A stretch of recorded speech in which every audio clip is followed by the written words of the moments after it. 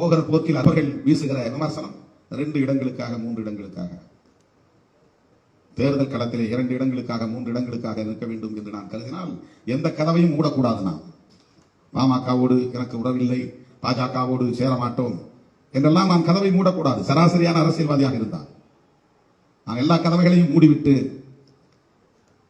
தேர்தல் அரசியலில் நிற்கிறேன் என்று சொன்னால் அதற்கு நாங்கள் ஏற்றுக்கொண்ட கொள்கையில் உறுதியாக இருக்கிறோம், அந்த கொள்கை தான் எங்களுக்கு முதன்மையானது என்கிற அடிப்படையில் தான்.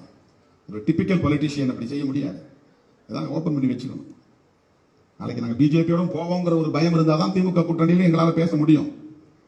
பாமகவோடு சேர முடியும் என்ற கதவை நான் திறந்து வைத்திருந்தால் தான் ஒரு கூட்டணியில் எங்களால் நீங்கள் நினைப்பதை போல அந்த பேரத்தை பேச முடியும். ஆனால் அதையெல்லாம் நாங்கள் மூடி வைக்கிறோம், தெரிந்துதான் செய்கிறோம், வேண்டாம் என்று சொல்லுகிறோம்.